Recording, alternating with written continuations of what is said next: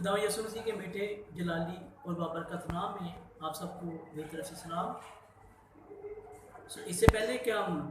कलाम का आगाज़ करें, मैं आपके लिए दुआ करना चाहता हूँ। आइए दुआ करें, खुदा के नाम को जला दें। अजीब शीर खुदाई कादर, अब्दियत के बाप सलाह सलामती के शहजादे, ज़मीन और आसमान को पैदा करने वाले खुदा, कुल कायनात के खालक और मालिक, तेरी शुक्रगुजारी करते हैं ज़िंदगी के लिए, सांसों के लिए प्यारे खुदा। और प्यारे खुदा, इस बरकत के लिए जो तुमने हमें दी प्यारे खुदा, तेरा खादिम होते हुए पूरी दुनिया के लिए प्यारे खुदा, तमाम ममालिक के लिए, तमाम कौमों के लिए प्यारे खुदा मिन्नत करता हूँ कि अपना फजल अंडेल जो लॉकडाउन में हैं, घरों में बंद हैं प्यारे खुदा, जो ब्लेस हैं हॉस्पिटल्स में हैं, उनके लिए बरकत चाहता हूँ। इस कोरोना की प्यारे खुदा वबा से उनको महफूज रखना और अपना जलाल साफ फरमा। ये सब कुछ मांगते हैं तेरे बेटे अपने प्यारे खुदा यीशु मसीह के नाम से, आमीन। मेरे सीज़ो, आज हम खुदावंद की नहायत शुक्रगुजारी करेंगे खुदावंद के फजल के लिए, उसकी दी गई तमाम नेमतों के लिए, बरकतों के लिए कि खुदा हमेशा अपने लोगों को तरह तरह की नेमतों और बरकतों से नवाजता है। जितने लोग, जितने मुल्कों में इस मैसेज को सुन रहे हैं, उन सब से मेरी दरख्वास्त है कि हमेशा खुदावंद के आगे झुके रहें और एक दूसरे के लिए दुआ किया करें, ताकि लोग परेशानी में हैं, डर में हैं, खौफ में हैं, मुबतला हैं। दुआ करें कि खुदा ये वबा उनसे दूर फरमाए, ख़त्म करे, खरूज कर दे और अपना खुदा फजल नाज़िल फरमाए। मैं नहायत शुक्रगुजार हूँ अपनी मीडिया ग्रुप का और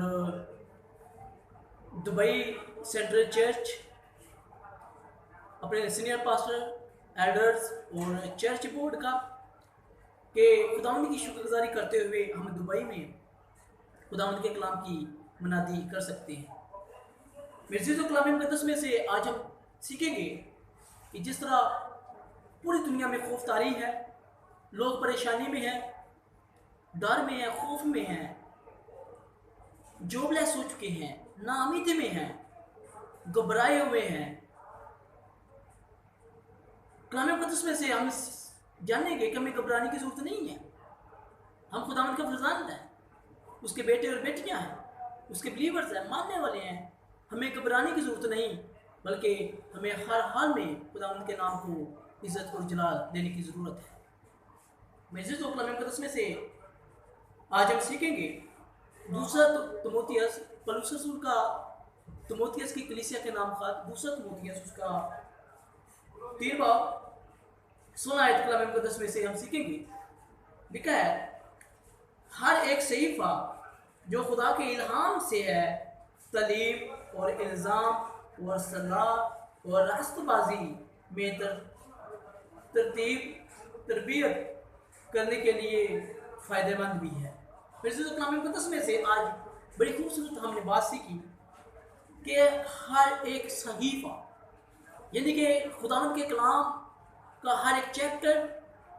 हर एक सहीफा, हर एक नुक्ता, हर एक वर्स, जो कुछ इसमें लिखा हुआ है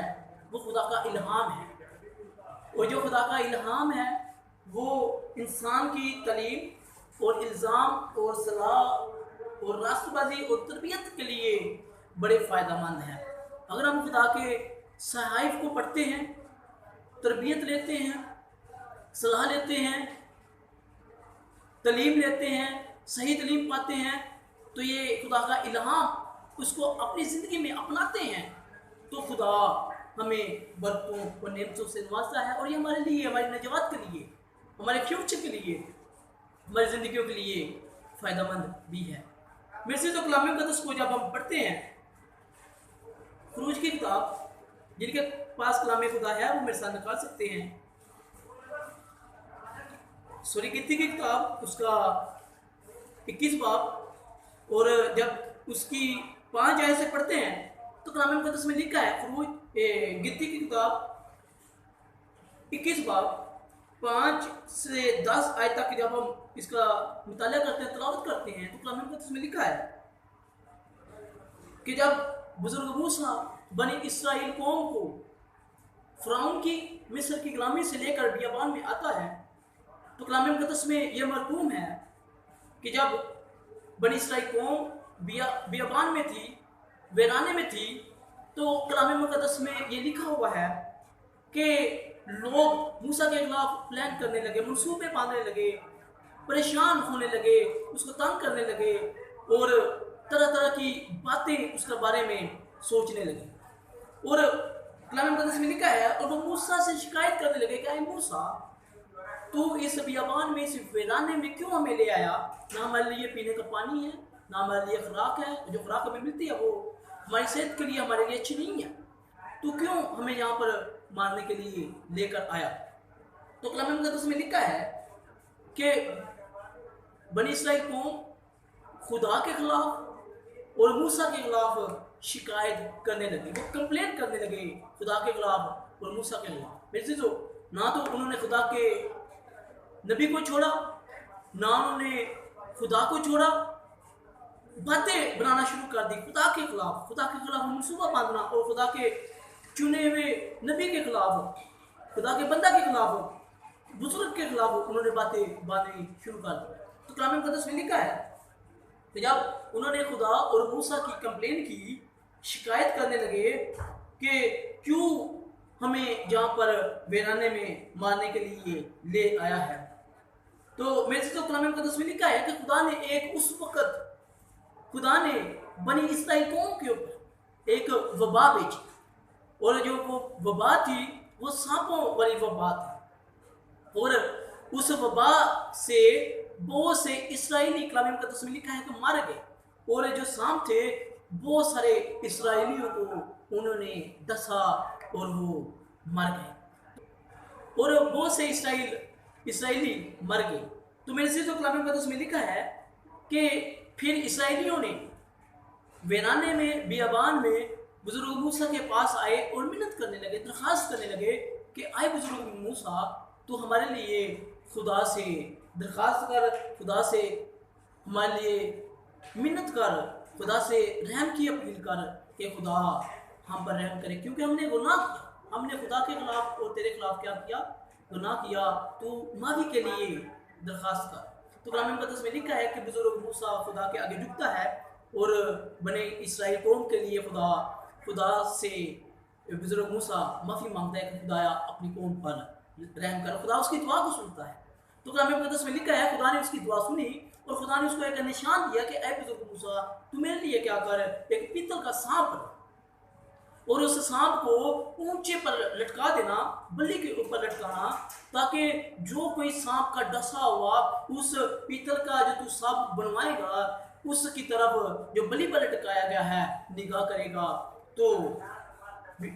جو اس وبا میں مبتلا ہوگا، سانپ کا ڈسا ہوا، بچ جائے گا۔ تو میرے سے جو کلام مقدس میں لکھا ہے کہ اس وبا سے بہت سارے اسرائیلی لوگ مر گئے، اور کلام مقدس میں لکھا ہے کہ جب اس نے پیتل کا سانپ بنوایا اور بلی پر لٹکا دیا تو جس کو سانپ ڈستا اور وہ وہاں پر آتا اور وہ شفا پا جاتا،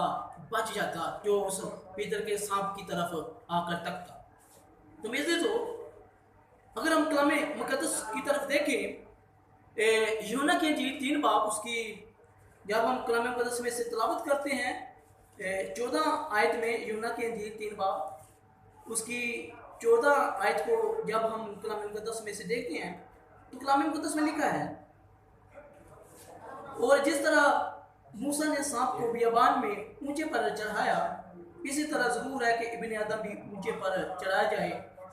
تاکہ جو کوئی ایمان لائے اس میں ہمیشہ کی زندگی پائے۔ خدا ان کے پاک کلام کا سیکھا جانا، سنا جانا ہم سب کے لیے باعث برکت ہو، آمین۔ میرے سے تو کلام مقدس میں لکھا ہے، اور یہ بڑی خوبصورت اس بات کی شہادت ہے کہ جس طرح موسیٰ نے بیابان میں سانپ بنوایا اور اس کو اونچے پر لٹکایا، اسی طرح بہت سے میرے بھائی اس بات کو خدا یسوع مسیح کی صلیب کے ساتھ، اس کا مصلوب ہونے کے ساتھ تشبیہ دیتے ہیں کہ جس طرح سانپ اونچے پر لٹکایا گیا، ضرور ہے کسی طرح ابن آدم بھی اونچے پر لٹکایا جائے گا۔ میرے عزیزو، اس کا خدا یسوع مسیح کی موت کے ساتھ سانپ کو لوگ تشبیہ دیتے ہیں، ایسا کوئی نہیں ہے، ایسی کوئی تعلیم نہیں ہے۔ بائبل मुक़द्दस हमें बताती है कि वो सांपों वाली वबा थी, और इस वबा के खात्मे के लिए खुदा ने मूसा से कहा कि इसी तरह का एक सांप बनवाना और उसको ऊंचे पर लटकाना। सांप कलाम मुक़द्दस को ओल्ड सरपेंट को तशबीह दिया गया है, बलीस को तशबीह दिया गया है, लेकिन ऊंचे पर लटकाया जाना ये खुदा यीशु मसीह की मौत को तशबीह दिया गया है कि ज़रूर है कि इब्ने आदम भी ऊंचे पर लटकाया जाए। मेरे से तो आज अगर कोरोना की वबा है, आज अगर कोई और मौलिक बीमारियां हैं, अगर आज डेंगू का मसला है, और अगर आज पूरी दुनिया में और बहुत खतरनाक बीमारियां हैं, दुनिया घबराई हुई है, घरों में बंद है, परेशान है मेरे चीज़ों, क्योंकि खुदा को हमने छोड़ दिया, खुदा को भूल गए, उसका जिक्र करना, उसकी वर्शिप करना हमने छोड़ दी। इसलिए आज दुनिया घरों में बंद है, आज नाउमीदी में है, लेकिन खौफ उन पर अतारी है। लेकिन मैं आपको एक बात की इंश्योरेंस देना चाहता हूँ, यकीन दहानी करवाना चाहता हूँ, अगर आप खुदा यीशु मसीह के बिलीवर्स हैं, अगर आप उसके पैरोकार हैं, अगर आप उसको मानने वाले हैं, मेरे चीज़ों जिस तरह खुदा यीशु मसीह सलीब पर ऊंचे पर लटकाया गया, तो ज़रूर है कि आप खुदा यीशु मसीह की सलीब की तरफ तकते रहें, ताकि उसने अपना खून बहाकर हमें खरीद लिया, हमें निजात बख्शी, हमें रहाई बख्शी। बेशक आज कोरोना वायरस है, बेशक आज खौफ तारी है, बेशक डेंगू का मसला है, बेशक और मौलिक बीमारियां और वबाएं हैं, घबराने की ज़रूरत नहीं। मेरा यीशु हम सबके साथ है, वो हमें बचाने की कुदरत रखता है। आप उसकी मौत को याद करें, उसकी सलीब की तरफ तकते रहें और ईमान ले आएँ, फिर आपको हमेशा की ज़िंदगी मिलेगी। आज के कलाम के वसीला से खुदा हम सबको बरकत दे।